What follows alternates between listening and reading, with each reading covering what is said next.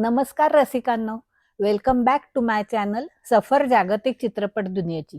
आज मी तुम्हाला अशा एका सफरीवर घेऊन जाणार आहे जी तुम्हाला हसवेल, आयुष्याकडे पाहण्याचा दृष्टिकोन बदलवेल आणि थोडेसे डोळे सुद्धा ओले करेल. अशी कल्पना करा की भिन्न स्वभावाच्या, भिन्न आर्थिक स्तर असलेल्या आणि विरुद्ध टोकाची व्यक्तिमत्व असलेल्या दोन व्यक्तींना नाईलाजाने एकाच खोलीत राहायला लागलं तर काय काय होईल. असंच एडवर्ड आणि कार्टर या दोघांनाही एका हॉस्पिटलच्या रूममध्ये नाईलाजाने राहावे लागते आणि चित्रपटाची कथा तयार होते. अर्थातच हा चित्रपट केवळ एक कथा नाहीये, तर आयुष्याची आणि नात्यांची किंमत सांगणारा एक अनुभव आहे. या चित्रपटाला फारसे पुरस्कार मिळाले नाहीत, पण तो प्रेक्षकांमध्ये मात्र अतिशय लोकप्रिय झाला. असा हा रॉब रेनर यांनी दिग्दर्शित केलेला आणि 2007 साली प्रदर्शित झालेला द बकेट लिस्ट हा चित्रपट. जॅक निकोल्सन आणि मॉर्गन फ्रीमन यांच्या अभिनयाने सजलेला हा चित्रपट म्हणजे एक भावनिक रोलर कोस्टरच आहे. विनोदी आणि भावनिक प्रसंगांचा समतोल साधत कथेला खूप सहज आणि रंजक पद्धतीने रॉब रेनर यांनी दिग्दर्शित केले. जस्टिन झकम यांची पटकथा आणि संवाद खूपच जिवंत आणि विचार करायला लावणारे. मार्क शेमन यांचे पार्श्वसंगीत कथेतील भावनिक प्रसंगांना अधिकच प्रभावी बनवते. चला तर मग जॅक निकोल्सन आणि मॉर्गन फ्रीमन यांच्याबरोबर द बकेट लिस्टच्या सफरीवर. आपण सगळ्यांनीच कधी ना कधी विचार केलेला असतो की आयुष्यात एकदा तरी अमुक अमुक गोष्ट करायचीच. आयुष्य कधी संपणार हे कोणालाच माहिती नसते आणि ते जाणून घ्यायची कोणाला इच्छा सुद्धा नसते. त्यामुळेच लहानपणीच्या चिवतेच्या गोष्टीसारखं आपण आपलं नंतर करू असं करत आपण दार कधीच उघडत नाही. पण खरंच कोणाला कळलं की थोडेच दिवसात आपला शेवटचा दिवस आहे, मरण समोर दिसतंय, आणि मग काय कराल? मला कमेंट बॉक्समध्ये नक्की सांगा. द बकेट लिस्ट चित्रपटात ज्या दोन भिन्न व्यक्तिमत्वाच्या व्यक्ती आहेत त्यांचे कॅरेक्टर इंट्रोडक्शन पहिल्या 5 मिनिटातच आपल्याला कळते. कार्टर हा एक साधासुधा, कुटुंबवत्सल, जबाबदारीने पिचलेला पण भरपूर सामान्य ज्ञान असलेला, विविध क्विज सोडवायला आवडणारा, शांत स्वभावाचा मेकॅनिक आहे. तर एडवर्ड गर्भश्रीमंत, उद्योगपती, गर्विष्ठ, ज्याला कोणाचीच पर्वा नाही, पण आतून एकाकी आहे. त्याला जवळचं असं कोणीच नाही. एडवर्डचे मोठे हॉस्पिटल आहे. त्यातून फक्त जास्तीत जास्त पैसे कसे मिळवता येतील यासाठी तो प्रयत्नशील आहे. जास्त पैसे मिळवण्यासाठी हॉस्पिटलच्या प्रायव्हेट रूम रद्द करून प्रत्येक रूममध्ये कमीत कमी 2 तरी पेशंट ठेवण्यावर तो ठाम आहे. पण बघा रसिकांनो, नियती कशी असते. अगदी भिन्न व्यक्तिमत्वाच्या या दोघांना आयुष्याच्या एका टप्प्यावर एकत्र आणते.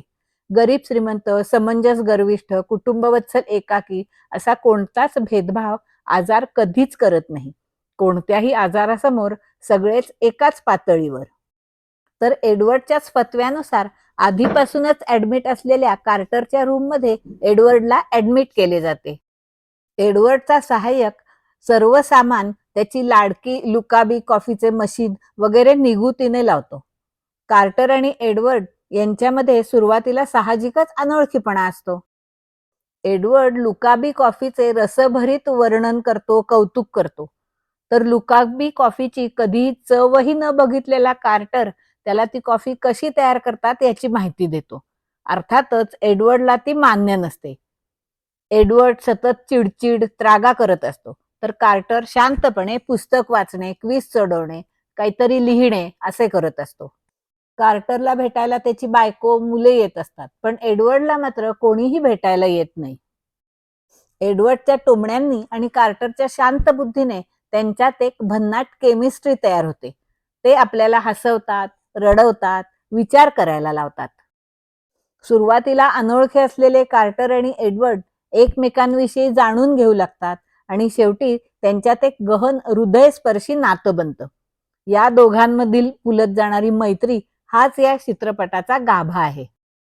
एकाच असाध्य आजाराशी झगडताना दोघेही एकमेकांच्या वेदना समजू लागतात आणि एके दिवशी या दोघांना त्यांच्या मनाविरुद्ध त्यांच्या मृत्यूची साधारण वेळ सांगितली जाते. दोघेही मुळापासून हादरतात. अशातच एडवर्डला कार्टरने लिहिलेली एक बकेट लिस्ट मिळते. याविषयी खोदून खोदून विचारल्यावर कार्टर सांगतो की त्याच्या शिक्षकांनी एकदा त्याला सांगितले होते की प्रत्येकाने अशी एक लिस्ट बनवावी की ज्यामुळे आपल्या जगण्याला काहीतरी ध्येय मिळेल. पण आता मृत्यू समोर असताना ती लिस्ट पूर्ण होणे शक्यच नाही, कारण त्याची आर्थिक परिस्थिती सुद्धा इतकी चांगली नाही. शिवाय घरच्या जबाबदाऱ्या सुद्धा खूप आहेत. बकेट लिस्ट म्हणजे मृत्यूपूर्वी एकदा तरी करायच्या गोष्टींची यादी. एडवर्ड आणि कार्टर यांच्या अनोळखी व्यक्ती ते मैत्रीची सुरुवात झालेली असतेच. त्यामुळे एडवर्डच्या आग्रहाखातर घरचे सगळे नको म्हणत असताना सुद्धा कार्टर संकोचाने का होईना तयार होतो, कारण त्यालाही मनापासून फार बकेट लिस्ट पूर्ण करण्याची इच्छा असते. आता येथून सुरू होते एक वेगळीच मैत्री. दोघे मिळून एकत्र बकेट लिस्ट तयार करतात आणि मग सुरू होते एक भन्नाट सफर. काय असते ती बकेट लिस्ट? पहिलं म्हणजे स्काय डायव्हिंग करणे, ताजमहाल पाहणे, रेसिंग कार चालवणे, काहीतरी ट्रूली मॅजेस्टिक पाहणे, माउंट एव्हरेस्टवर जाणे, एका अनोळखी व्यक्तीला मदत करणे, हसत हसत मृत्यूला सामोरे जाणे, क्षमा मागणे आणि क्षमा करणे, आयुष्यभराच्या पश्चात्तापापासून मुक्त होणे आणि सर्वात महत्वाची म्हणजे जगातील सर्वात सुंदर मुलीचे चुंबन घेणे. स्काय डायव्हिंग करताना दोघेही एकमेकांच्या भीतीवर मात करतात. ताजमहाल पाहताना कार्टरच्या डोळ्यात पाणी येते, तर एडवर्ड आयुष्यात प्रथमच भावनांना स्पर्श करतो. कार्टर त्याच्या स्वप्नातली रेसिंग कार चालवतो. दोघेही कार रेसिंग मधून वेग आणि यशाचा थरार अनुभवतात. इजिप्तला जाऊन पिरामिड पाहतात, आफ्रिकेच्या जंगलात जाऊन प्राणी पाहतात. बकेट लिस्ट मधील एक एक इच्छा पूर्ण करत जातात. या प्रवासादरम्यान मृत्यू, देव, जीवन, आत्मशोध, शांतता, माणुसकी, एकंदरीतच आयुष्याबद्दल सखोल चर्चा करतात. एकमेकांबद्दल अधिक जाणून घेतात.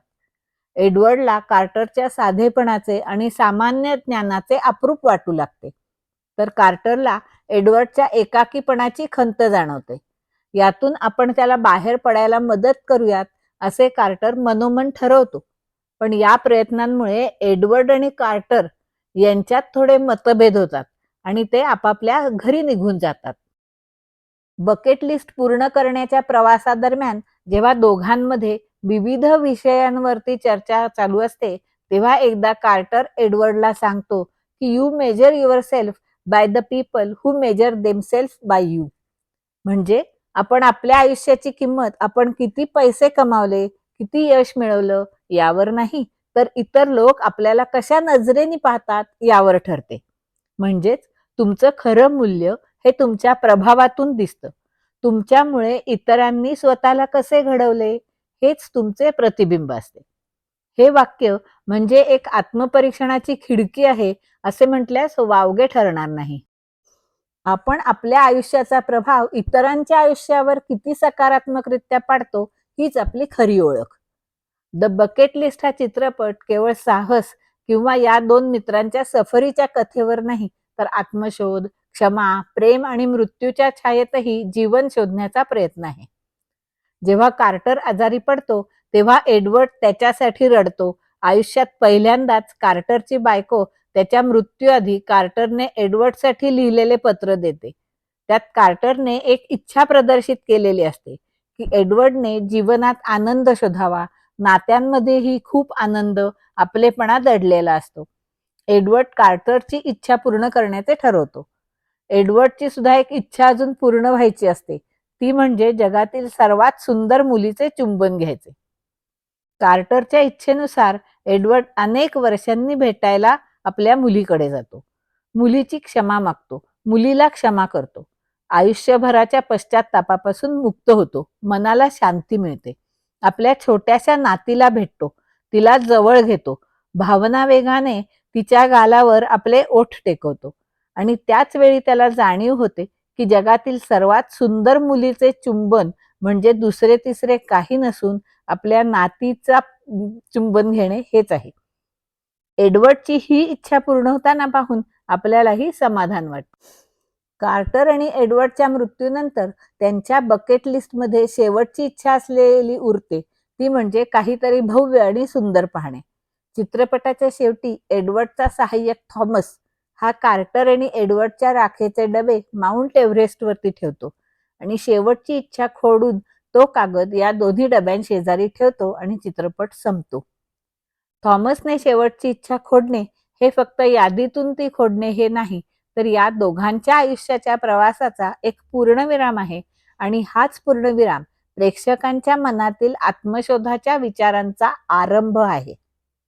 तर रसिकांनो, तुम्ही तुमची बकेट लिस्ट तयार करणार का? खाली कमेंट बॉक्समध्ये नक्की लिहा. आणि हो, व्हिडिओ आवडला असेल तर लाईक, शेअर आणि सबस्क्राईब करायला विसरू नका. धन्यवाद.